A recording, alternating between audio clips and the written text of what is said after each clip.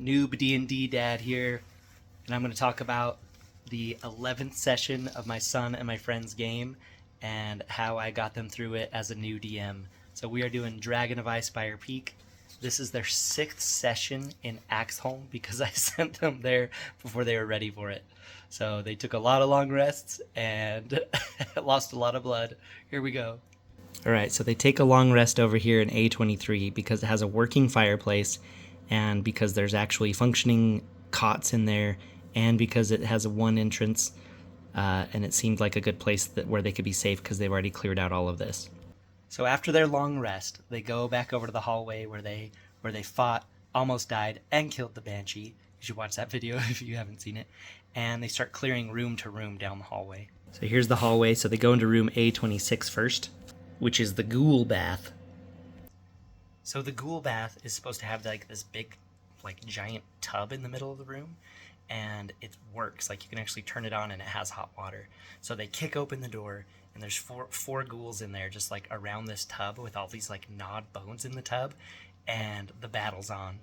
So the ghoul has this really cool claw attack where if they fail a Constitution save, they get paralyzed.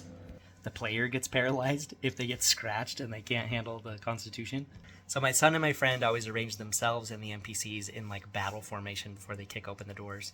So they're in like a line and the ghouls start charging at them. Anyway, one of the sons of the NPC dad goes down because he gets scratched, and then the ghouls start swarming him, and the dad's all the way across the other way, and he's already engaged in combat with another ghoul. And I let the players control the NPC, these guys during the battles.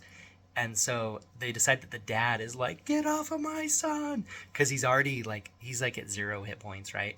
And so the dad like breaks contact with the one ghoul and just runs across the room, and which provokes an attack of opportunity. And they're like, he's like, I don't care, and he just like runs over there. And like I have the ghoul, so the ghoul misses, and so the way that I describe it is the ghoul like goes to bite at him, and he just like elbows it away and just like keeps running over there to protect his son.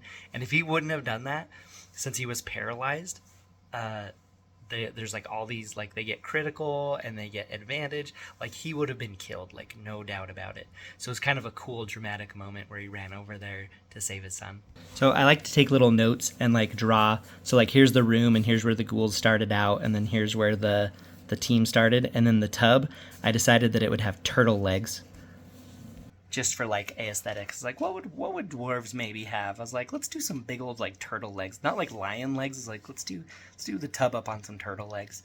And at one point, my son shoots a crossbow and misses, and I have it hit the nozzle to the tub, and it turns on, and they're like, "What? It works!" And it's super hot, hot springs water. And so I have the room start getting like really, really humid because of all this hot springs water with a slight sulfur smell. And as they're killing these ghouls, and remember, I made these ghouls more kid safe, so they're just like more like mummies, like dusty, like you hit them and they just kind of break apart instead of like sloshy and gory.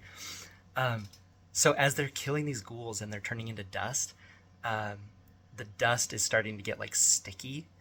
And another thing I have, what happens when they kill the ghouls is, so the ghouls are obviously animated by some kind of like magic, right? So once they like do like a killing blow and like break their head or sever their spine or something, I have them turn like a lighter shade of gray and like crumble apart. Like the magic isn't holding them together anymore. So now the time and the wear of like time and just like rotting has caught up with them because the magic isn't holding them anymore, and I have them break apart.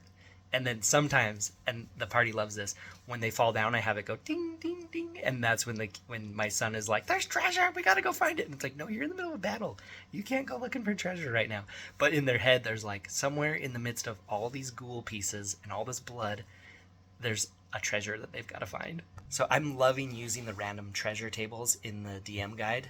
And so my son finds a moss agate gemstone, and then he finds a simple gold ring, because these ghouls were dwarves, and so I like to have there be some evidence of their past life. So there's a simple gold ring, and on that ring in Dwarvish it says Martha, but they don't know Dwarvish, so once they finally translate it, they'll see that it says Martha.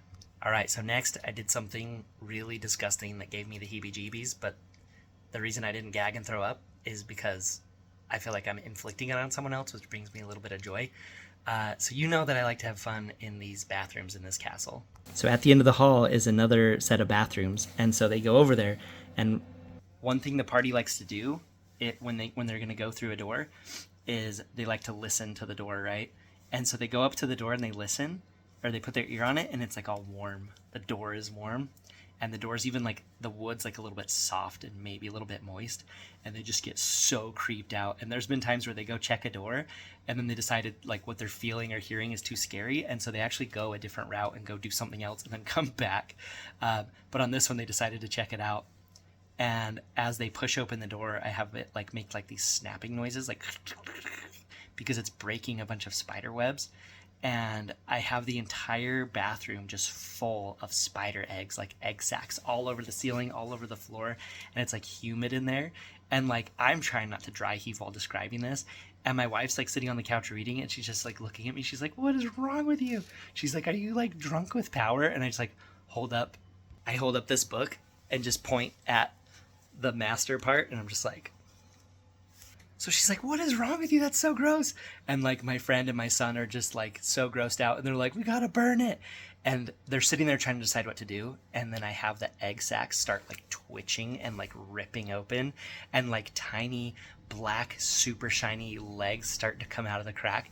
And like at this point, like everyone in the room is just disgusted. Like me, my friend, my son, my wife, like all of us are disgusted by what have caused these players to run into in this room. And that just brings me so much joy. Like my wife is always, "Oh, what are you doing?" Because I did a couple like really gory kills with the ghouls, like instead of decapitating, like slashing through both shoulders and then the top half like falling off.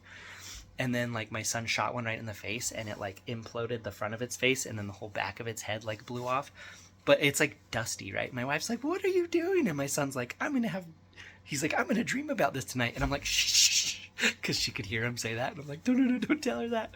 Anyway, she's like, "What is wrong with you?" And I'm like, this is awesome. It's like, it's better than a video game because you can do anything. And so that's part of why I'm having so much fun being a DM, is because I'm like, yeah, I want this bathroom to be full of disgusting spider egg sacs that would make myself throw up, and see what they do. Like, I want to see how they react. Anyway, so they start casting spells and shooting fire and torching it, and I have you hear them start being like, and like as the egg sacs burn, like just like chunks are falling out of it, and as the fire's burning the egg sacs, I'm having there being little like pop noises. So gross. I'm so proud of it. This is so fun. So even though they've already killed like the big bad, the banshee, I'm still having them clear out the rest of the rooms. Like their mission is to clear the whole castle, right? And so they still have to clear all the rooms, and so they're encountering like these weaker enemies, but they have to. So they come across the sturges, like a whole flock of sturges. And my friend said something really funny. He said, "We can all one-shot them, because if we don't, weird stuff happens." And they didn't all one-shot them. So they one-shot a handful of them, but all the sturges started attaching to them. And I had one of them attach onto his neck and just start being like... And then another guy got 2 sturges, like one under each arm. And it's just like grossing me out. I'm like, what would be like the grossest way like this like big bat mosquito thing would attach to someone? And I just have it do that. And then like my son shoots one of them that's attached to somebody, and because it's already sucked their blood out, I have it just like pop and spray blood everywhere. And my wife is like, "You're so disgusting, like what are you doing?" And she's like, "Why are you having the blood splat everywhere and get on everyone's faces and in their mouths and stuff?" And I'm just like, "I didn't say that, you said that." And I was like, "You're making it grosser than I'm making it." Anyway, so it's just fun. I'm like, "Haven't you ever popped a mosquito and the blood goes everywhere?" But they got attached, and fortunately they killed them before it was their turn again, because if it was the Sturge's turn again, then they would suck even more blood out, and these guys could get wrecked by these things. So they finally make it to the throne room, where there's the big daddy ghoul with more hit points and an axe. So they get ready to battle this big bad, like the bad ghoul who is the former king of Axeholm, who has like, I have him wearing a crown and he has an axe. And they all roll initiative to battle in him, and my friend gets really high initiative. And let's see who got higher. Actually, he got really low initiative, but everybody was just missing. So it comes to my friend's turn. I think my son shoots a crossbow and just misses or something. But it's my friend's turn, and he uses a witch bolt, and he gets critical, and it does 40 damage. And this thing only has 40 hit points. So I just have him just like zap it, and it just like bursts into purple flames and just explodes. He just critical hits it. So like they're expecting like this boss fight, and they just eliminated this guy. And I have the crown crumble because I didn't want to deal with that. And they get the signet ring that opens the secret treasure box, right? And I made a judgment call on a magic item. So my son already got the cool magic crossbow, and I wanted to get a magic item for my friend. So I have the Ghoul King have a hand axe, and I have it be a +2 vicious hand axe, which is really, really cool. And so he was very excited to get that. And then the treasure box that they go get out of the secret room has a dread helm, which just makes their eyes grow red. Like glow red. Like, is there anything else to that? Am I missing something on this magic helmet?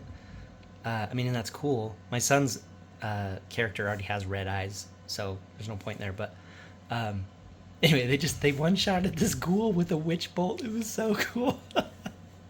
So they it's the secondary big boss, because they did a really weird route of exploring. So they ended up seeing the secondary big boss after seeing the other big boss. And I'm still really proud of how I had the Banshee come at them. If you watch the Banshee video, they walk up the top of the stairs, and like there's no pomp or circumstance. She just comes sliding out sideways from the hallway. Anyway, so they finally have cleared Axeholm after 6 sessions where they were not ready. So they leave the dad. No, they leave the 2 sons in Axeholm in the room that they slept over in, because they decide that once they turn Axeholm into like a second colony of Phandalin, that's gonna be like their room. Like they're claiming it. So they bring the dad back to Phandalin, and as the players are coming up to Phandalin, they hear screaming and see people running, and they see the dragon flying around above Phandalin and doing like swoops. And that's where I ended it. I ended it on a cliffhanger, and they loved it. And it was so cool and cathartic that they finally beat Axeholm and cleared it out. So all the refugees from the volcano in Phandalin will be able to go live there. So that is my 11th session for my son's campaign. Thank you so much for going on this journey with me as a new DM. If you like this kind of thing, then share it with people that you think would also like it. And we'll see you on the next one. Thank you so much for all the support and the comments. Let me know what you think of the +2 vicious hand axe as a find, as an impromptu find there. Okay, see you on the next one. Bye.